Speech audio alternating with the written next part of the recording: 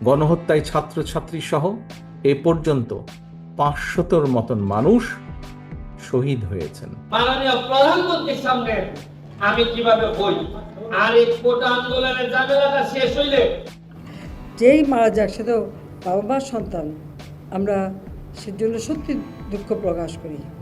আবু সাঈদ মৃত্যুর ইস্যুতে এবার যা বললেন তারেক জিয়া ও মাননীয় প্রধানমন্ত্রী এবং ব্যারিস্টার সুমন। তো বন্ধুরা, বুঝতেই পারছেন আজকের ভিডিওটা কতটা গুরুত্বপূর্ণ একটি ভিডিও। তো বন্ধুরা, চলুন সর্বপ্রথম আমরা দেখব এই আবু সাঈদ মৃত্যুর ইস্যুতে কি বললেন তারেক জিয়া, তারপরে আমরা দেখব কি বললেন মাননীয় প্রধানমন্ত্রী ও সর্বশেষে আমরা দেখব এই আবু সাঈদ মৃত্যুর ইস্যুতে কি বললেন ব্যারিস্টার সুমন। বিসমিল্লাহির রহমানির রহিম। প্রিয় দেশবাসী, আসসালামু আলাইকুম। গত 18ই জুলাই থেকে প্রিয় বাংলাদেশ বিশ্ব থেকে বিচ্ছিন্ন। বাংলাদেশকে বিশ্ব থেকে বিচ্ছিন্ন করে দিয়ে চলছে গণহত্যা। পুলিশ, র্যাব, বিজেপি, ছাত্রলীগ, যুবলীগের সন্ত্রাসীরা নির্বিচারে চালাচ্ছে গণহত্যা। গণহত্যায় ছাত্রছাত্রী সহ এ পর্যন্ত 500-র মতন মানুষ শহীদ হয়েছেন, আহত হয়েছেন অসংখ্য অগণিত মানুষ। হতাহতের সংখ্যা প্রতিদিন বেড়ে চলেছে। বর্তমানে বাংলাদেশে প্রায় গৃহযুদ্ধ পরিস্থিতি বিরাজমান। দেশের নিয়ন্ত্রিত গণমাধ্যম সত্য প্রকাশ করতে পারছে না, বন্ধ করে দেওয়া হয়েছে ইন্টারনেট। এমন পরিস্থিতি বিশ্ববাসীর দৃষ্টি আকর্ষণ করে বলতে চায়, 1971 সালের মুক্তিযুদ্ধের সময় বিশ্ববাসী বাংলাদেশের স্বাধীনতাকামী জনগণের পাশে দাঁড়িয়েছিলেন। বর্তমানেও বাংলাদেশের চলমান গণহত্যা বন্ধে নিরস্ত্র জনগণের পাশে দাঁড়ানোর জন্য বিশ্ব বিবেকের কাছে জানায় উদাত্ত আহ্বান। প্রিয় দেশবাসী, শেখ হাসিনার সশস্ত্র সন্ত্রাসীদের বিরুদ্ধে নিরস্ত্র ছাত্র জনতা সর্বশক্তি দিয়ে প্রতিরোধ গড়ে তুলেছে। পুলিশ, র্যাব, বিজেপি কিংবা ছাত্রলীগ, যুবলীগের সন্ত্রাসী বাহিনী লেলি দিয়েও গণ আন্দোলনকে দমনে শেখ হাসিনা ব্যর্থ হয়েছে চূড়ান্তভাবে।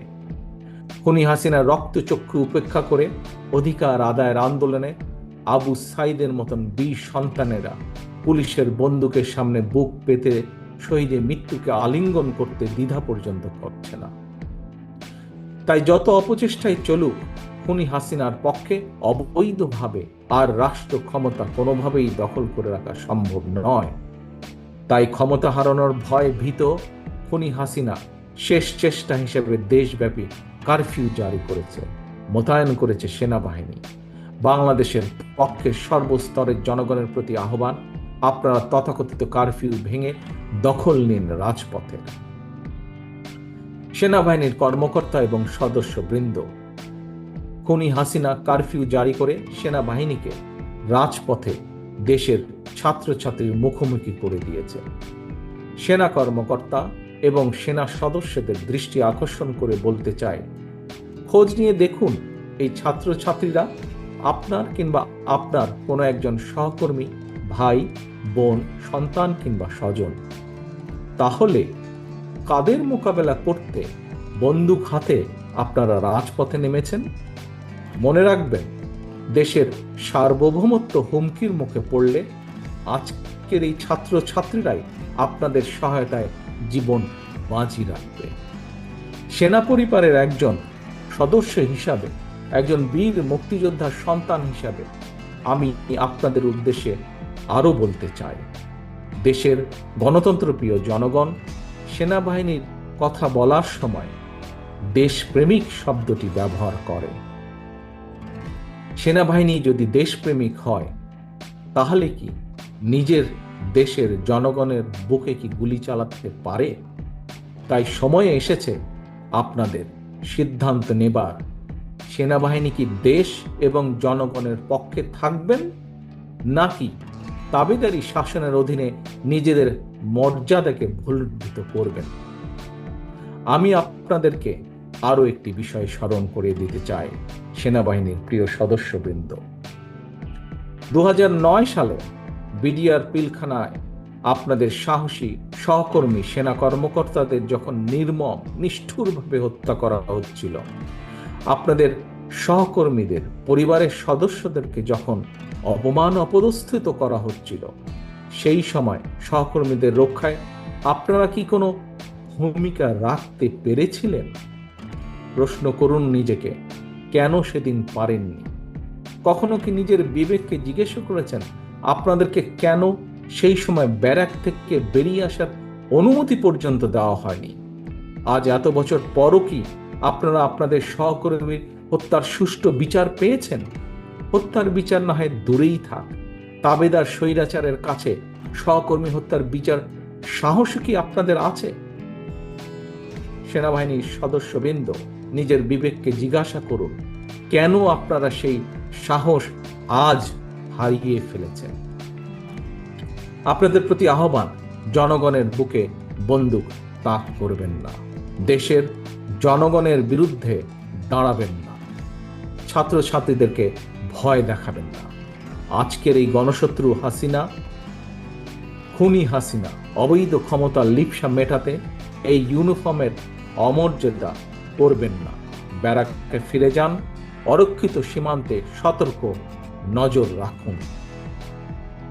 প্রিয় দেশবাসী, চাকরিতে কোটা সংস্কারের দাবিতে ছাত্রছাত্রীরা আন্দোলন শুরু করেছিল। ছাত্রছাত্রীদের আন্দোলন নিয়ে খুনি হাসিনা এবং সাবেক ছাত্রলীগ নেতা প্রধান বিচারপতিও উস্কানিমূলক বক্তব্য প্রদান করেছিল। আন্দোলনকারী ছাত্র জনতা তাই খুনি হাসিনা কিংবা এই প্রধান বিচারপতির আদালতকে বিশ্বাসই করে না। সুতরাং খুনি হাসিনাকে রক্ষার জন্য আদালত কি রায়, এই নিয়ে জনগণের মোটেও মাথা ব্যথা নেই। মৃত্যু ভয় উপেক্ষা করেও রাজপথের মরণপণ আন্দোলন প্রমাণ করে দিয়েছে, ছাত্র ছাত্রীদের চলমান এই আন্দোলন এখন আর স্রেফ কোটা সংস্কারের দাবির মধ্যেই সীমাবদ্ধ নেই। ছাত্রছাত্রী, অভিভাবক এবং দেশের আপামর জনগণ কোটা সংস্কারের পাশাপাশি চায় রাষ্ট্র সংস্কারও। প্রতিটি হত্যার চায় বিচার। শেখ হাসিনা নিজেই খুনি, খুনির কাছে কিভাবে খুনের বিচার চাওয়া সম্ভব? দেশের শীর্ষ দুর্নীতিবাজ হাসিনাকে রাষ্ট্র ক্ষমতায় রেখে রাষ্ট্র সংস্কারও করা সম্ভব নয়। আন্দোলনকারীদের তাই এখন একটাই দাবি, বাংলাদেশের জনগণের তাই এখন একটাই দাবি, খুনি হাসিনার পদত্যাগ। সেজন্যই দফা 1, দাবি 1, শেখ হাসিনার পদত্যাগ। প্রিয় দেশবাসী, একজন রাজনীতিক হিসাবে আমি আমার দলের নেতা কর্মী সমর্থকদের প্রতি এবং সন্তানের একজন পিতা এবং একজন অভিভাবক হিসাবে দেশের সকল সম্মানিত অভিভাবকদের প্রতি আমার বিনীত আহ্বান, খুনি হাসিনার খুনি বাহিনী আমাদের সন্তানদেরকে রাজপথে হত্যা করছে। খুনি হাসিনার বন্দুকের নল থেকে আমাদের সন্তানদেরকে যদি রক্ষা করতে হয়, তাদের নিরাপদ ভবিষ্যৎ যদি নিশ্চিত করতে হয়, তাহলে সকল শ্রেণী পেশার মানুষ তথা আপামর জনগণের জন্য একটি নিরাপদ বাংলাদেশ গড়ে তুলতে হয়। খুনি হাসিনার পতনের আন্দোলনের সর্বশক্তি দিয়ে তাহলে চূড়ান্তভাবে মাঠে নামুন। আজ, এখন থেকে, এই মুহূর্ত থেকে বিজয়ের ঘণ্টা বাজতে শুরু করেছে জনগণের পক্ষে। কিছু সময়ের অপেক্ষা মাত্র, ইনশাআল্লাহ। আল্লাহ হাফেজ। বাংলাদেশ জিন্দাবাদ, বাংলাদেশ জাতীয়তাবাদী দল জিন্দাবাদ। তো বন্ধুরা, এতক্ষণ আপনারা শুনলেন এই কোটা আন্দোলন নিয়ে তারেক জিয়ার বক্তব্য। তারেক জিয়ার বক্তব্য শুনে আপনাদের কি মন্তব্য অবশ্যই কমেন্ট বক্সে কমেন্ট করতে ভুলবেন না। চলুন বন্ধুরা, এখন এই আবু সাইদ মৃত্যুর ইস্যুতে কি বললেন মাননীয় প্রধানমন্ত্রী, সেই ভিডিওটি দেখে আসি। রংপুরে ভিসি দোতলায় মিটিং করছে, সেখানে প্রক্টর এবং বিশ্ববিদ্যালয়ের সবাইকে নিয়ে। সেখানে আগুন দিয়েছে, গাড়িটাই তো পুড়িয়েছে, বাড়ির ভিতরে আগুন দিয়েছে। পুলিশ যখন উদ্ধার করতে গেছে, পুলিশের উপরে হামলা করেছে। হ্যাঁ, পুলিশের গুলিতে একজন মারা গেছে। যেই মারা যাক, সে তো বাবা মার সন্তান। আমরা সেজন্য সত্যি দুঃখ প্রকাশ করি। এবং তার বাড়ি রংপুর পীরগঞ্জ, ওখানে আমরা যাতে তার কাফন দাফন সব কিছু ব্যবস্থা করে দিয়েছিলাম। ছাত্রলীগের কয়েকজন নেতাকর্মীকে কিভাবে হত্যা করেছে। চট্টগ্রামে 6 তলার উপর থেকে ছুঁড়ে ছুঁড়ে নিচে ফেলেছে। যারা জীবন বাঁচাতে ঝুলে আছে জানলা সিক ধরে, তাদের উপরে পাথর মেরেছে, হাত পায়ের রগ কেটেছে, 7 জন ছাত্র একে হত্যা করেছে এবং এইরকম হত্যাযোগ্য আরও অনেক জায়গায়, সব বিস্তারিত বলে বোধহয় শেষ করা যাবে না। পুলিশের গাড়ি, র্যাবের গাড়ির ভিতরে র্যাবকে যেভাবে হত্যা করা। গাজীপুরে আমাদের এক কর্মীকে শুধু মারেই নাই, হাসপাতালে চিকিৎসা করতে গেছে, সেখান থেকে বের করে নিয়ে এসে তাকে মেরে ঝুলিয়ে রেখে দিয়েছে পুলিশ। সেই উত্তরা ইসলামী হাসপাতাল চিকিৎসা করতে গেছে আহত পুলিশ, তাকে হাসপাতাল থেকে টেনে বের করে রাস্তায় ফেলে তাকে সেখানে কুপিয়ে কুপিয়ে হত্যা করেছে, পুলিশকে মেরে ঝুলিয়ে রেখেছে। আমার মোটর কেডের যে পাইলট মোটর সাইকেল দিয়ে সব আসতো, সে ওই যাত্রাবাড়ির ওদিকেই থাকতো। ওখানে প্রত্যেক বাড়িতে বাড়িতে যেয়ে তারা খুঁজছে পুলিশের কেউ আছে কি না, আওয়ামী লীগের কেউ আছে কি না। ও যখন ওখান থেকে বের হয়ে আসছিল কাজে যাবে, তাকে সেখানে মেরে ফেলে রেখে দিয়েছিল। যখন এখানে আসে না, খোঁজ করে দেখে তার লাশ পড়ে আছে। এইভাবে একদিকে হত্যাকাণ্ড, একদিকে জ্বালা পোড়া। 2013, 2014, 2015 এই জ্বালা পোড়া হত্যাকাণ্ড আমরা দেখেছি। আবার শুরু করলো এই 2024 সালে, যখন দেশটা এই দীর্ঘ 15টা বছর রাত দিন পরিশ্রম করে প্রতিটি প্রতিষ্ঠান তৈরি করেছে। এই প্রতিষ্ঠানগুলি কাদের জন্য? এদেশের মানুষের জন্য। তো এই প্রতিষ্ঠানগুলি তো মানুষকে সেবা দেয়, মানুষের জন্য কাজ করে, মানুষের রুজির ব্যবস্থা করে, মানুষের আয়ের পথ খুলে দিয়েছিল। সেই প্রতিষ্ঠানগুলি একে একে পুড়িয়ে ফেলা। এবার শুধু ঢাকা বলে না, রাজশাহীতে বিশ্ববিদ্যালয়ে সে ভিসি কাটো, ময়মনসিংহ কৃষি বিশ্ববিদ্যালয়ের সেখানে হামলা, বিভিন্ন জায়গায় এই হামলা করা এবং আগুন লাগানো অথবা আগামী সংসদ শুরু হইলে আপনারা অন্যান্য কারেন্টের বিষয়ে আমি কিতাব করি। আপনারা এই কথাটা মাননীয় প্রধানমন্ত্রীর সামনে আমি কিভাবে বই, আর এই কোটা আন্দোলনের ঝামেলাটা শেষ হইলে আমি কারেন্টের লাগে প্রয়োজনে আমি মহাসমাবেশ ডাকবো। এই সময় আপনারা দেখবেন আবার বাইরে এই সময় দেখবেন না আমি ডাকলে যেমন এইটা এর মাইরিয়া বুঝ বলে এই যে ওকা ধরেন আন্দোলন চলতেছে, যে বেটা অ্যাম্বুলেন্স দিয়ে মারে না যাইতো, এবারে টাকা দিতে হবে। মানুষে তো আন্দোলন করতেছে, কোটা আন্দোলন এলাকার অবস্থা তো সে আজকাল কোনো নদী আছে নি এলাকা, গাড়িগুলা চলেনি, যে বেটা গাড়ির উপরে চলে, যে বেটা গাড়ি দিয়া সারাদিনে 300 রুজি করে, এর আজকা কত রুজি হইব? আজকা যায় বাজারের কি হইব? এর মানে হইলে আমরা অনেক সমস্যা আছে, যেটা আপনারা কইলে বুঝালে কঠিন। তবে একটা জিনিস আপনারা বুঝতেছেন যে তোমার এমপি বানাইছি কারেন্ট কেমনে আইনা দিবাই দেও। আমি আমারও লাগে না, 3 মাস 4 মাস পরে আমি আইবো, আরে আমার বিজিটা জ্বালাইন আছে, এই নেতা বলে বলবো তোমরা সাইডে বাইন্দে ব্যবসা না কইলাও, বালুটা লই যাও তোমরা। এমপি চাইলে রাখতো না নি, এরারে জ্বালাইলাম বালু, এক পাতিলে জ্বালাইলাম যে খালেন না যাওগা, এই গাছ কাটাকাটি দায়িত্বটা তোমরা ওই সামনে যারা আছে বললাম তোমরা কিছু আমারে দিও, খালেন গালুই দিও তোমরা। গেল বালু, গেল খালেন গা, এরপরে এই অফিস লাইন জ্বালাই গেছে, ইলেকট্রিক আমি আরো 6 করলাম, এখান থেকে অফিসারদের সাথে একটু আলাপ করিয়া এমনি এমনি সাইকেল দিবা তোমরা গেল না 50 লাখ দিয়ে আমি পুরা সোনাগা ফ্লাইটার কোনো মাছ চলতো না আল্লাহ যে বাজাইছে কইছে না যে টাকা লই নিছে হ্যাঁ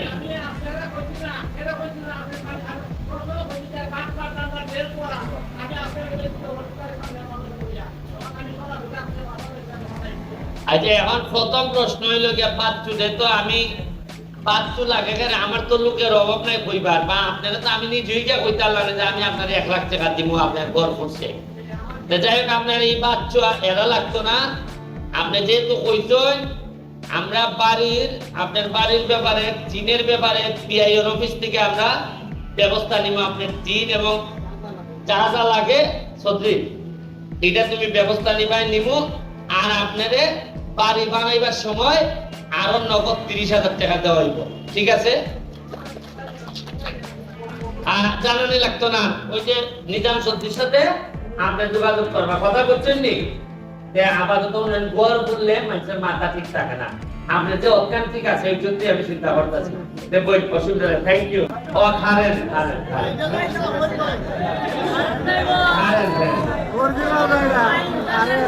আমি আমরা যে নমাজ পড়ি আমরা মুসলমান আমরা এই যে গতকালকে খারেন নাই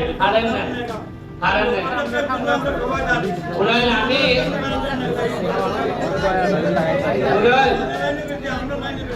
এখন আপনারা কারেন্টের ব্যাপারে বলি কালকে অলরেডি আমার কথা হয়েছে ইউনো মহোদয় আজকে এখানে ডাকছেন কারেন্টের বিষয়ে আলাপ করবা আমি গতকাল এর সাথে আলাপ করছি গত মাসেও আলাপ করছি এখন আপনারা বেটারে যখন জিগাই আপনারা একটা ঠান্ডা মাথায় নিও তার লাইন নিছে কারেন্টে কথাটা মনোযোগ দিয়ে শুনুন কারেন্ট কি তার হইলে কারেন্ট হয় না কোনো হাত থেকে কারেন্ট ফাটানি লাগে না একটা তার লাইনে হয় কারেন্ট কেউ যেমন লাগে না বলার তো 17 মেগাওয়াট লাগে আমরা আছে 7 মেগাওয়াট তোমরা কইতে পারেন যে 17 মেগাওয়াট নাই করে কারণ হইল ওই যে ডলারের দাম বাড়ছে শুনছি দাম বাড়ার কারণে বিদেশ থেকে যে তেল বা গ্যাস আই না পুরাইলে পরে কারেন্ট উৎপন্ন হয় আপনারা যখন আমার শ্বশুর মারা গেছেন পরশুদিন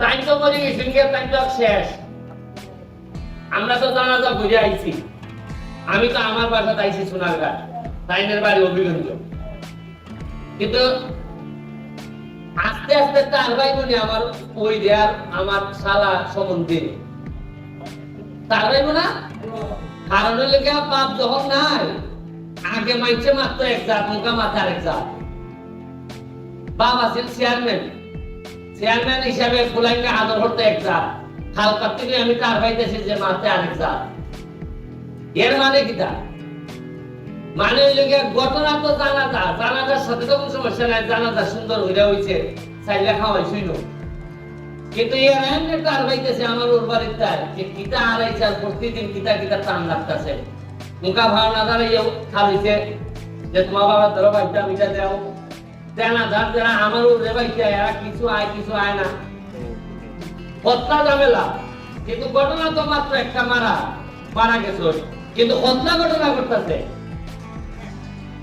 ওই যে ডলারের দাম বাড়ছে আপনারা তো ভাবছেন যে ডলার কি তারে কলায় আর ডলার আগে ডলার কি আমরা কোন ডলার চিনি নি কিন্তু সরকারের তো ডলার দিয়ে কি আপনি দেশ থেকে আনন্দ লাগে এটা আমরা কমতে ওই যে অর্থনীতি কমতে এটা এমন তাল ধরছে যে আমরা তো মরা শেষ এই যে ওকা ধরেন আন্দোলন চলতেছে যে বেটা অ্যাম্বুলেন্স দিয়ে ভাড়া না যাইতো এবারে টাকা দিতে হইলে মানুষে তো আন্দোলন করতেছে কত আন্দোলন এলাকার অবস্থা তো সে আজকাল কোন নদী আছে নি এলাকা গাড়িগুলা চলেনি যে বেটা গাড়ির উপরে চলে যে বেটা গাড়ি দিয়া সারাদিনে 300 রুজি করে এর আজকা কত রুজি হইব?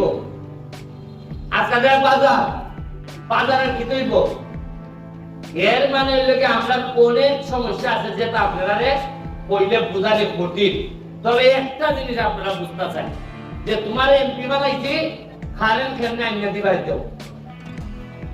এবার আমি এটা নিয়ে কাজ করতেছি, আমি আবার আরো করার গা আমরা যে বরাদ্দ আয়ের একটা বড় অংশ জায়গা ইন্ডাস্ট্রি কোনানো জানে।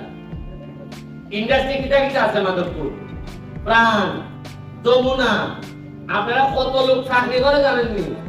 লাখ কানেকের বেশি, 1 লাখের মতো মানুষের বেশি এরা এখানে কাজই করে। বড় অংশ ঠিকানা না দিলে হাজার হাজার কোটি টাকা এরা রুজি করতেছে, সরকারকে দিতেছে। এর আলোচনাও লাগে, এখন কারণের আলোচনাও লাগে। আর আমরা পাইতেছি কিটা কাকের টান করে মানুষ এখানে গিয়ে চাকরি করতেছে। যদি এরা না থাকতো চাকরি পাইলাম না আমরা, হাজার হাজার লোক গিয়া এখানে মধ্যে চাকরি করতেছে, সুবিধাও পাইতেছি। আবার এমনি খারেন তো এরা কইতেছে ভাই আমার হাজার হাজার কোটি টাকার মাল বানানি লাখ পাস করায় খারেন না থাকলে আমি বাংলা ওই এরা খারেন দেওয়ার লাগতেছে। আমার এইটা ব্যালেন্স করে আইন না আপনারা প্রতিনিধি হিসাবে আমি চিল্লাইতেছি। আরেকটা জিনিস আপনারা বল, এই 3-4 মাস আপনারা মুখোমুখি হিসাবে কয়দিন ধরেন অন্তত 15-20 দিন আপনারা আমার কই চাই। আজকে যে পুরো আমার একার ইয়ে করলো, আজকে যে সাংবাদিক সাহেব কইলো, কোনদিন আগের কোন এমপি মন্ত্রীর সামনে এইভাবে দাঁড়াইয়া কথা হইতে আসছেন কত হইতে আমার চাইলে আপনার বড় বড় বড় নেতা এখানে খারাপ এক ফুট লাগাই মুখা দেখছেন আমরা পরিষ্কার। এরাও কইতেছে যে আমরা এটা প্রচার বহিষ্কৃত বিষয়। আপনারা যেভাবে ইচ্ছা আমার বাহাত দিতে আসতেছেন, প্রশ্ন করতে পারতেছেন, ইজত তৈরি গণতন্ত্র, ইজত তৈরি নেতৃত্ব। আর আমি এমপি হইয়া আচ্ছা আমি যদি না আই কি তো এখানে আইলে কোনো আমার রুজি আছে নি? আমি তো আই কেন খরচ করবার লাগি? আচ্ছা এমপি সাহেব আগে আইটা 3 মাসে একবার, আমিও যদি মনে করি 3 মাসে একবার আইবো, আপনারা তো মনে করবেন আগের এমপি এইভাবে আইছি, উনকার এমপি এইভাবে, আমার কোনো ডাকবানি আপনারা। আমি আজকাল বেশি আইন দেখিয়া আমার মামুর কিছু শান্তি হয়েছে, নাইলেও মজার চেয়ারম্যান আধা আমরা খাই ধরে পেয়েছে খাইলে না নে মামু উনকা মামে ওইটা না পাইতে আমি আমলে কিছু 2 জন সলাহ পরামর্শ করিয়া যে এইটা লাগে আমরা করতাম পারি। আমি যে 3 মাসে না আইতাম আর লাগে না তো, আমি আমারও লাগে না।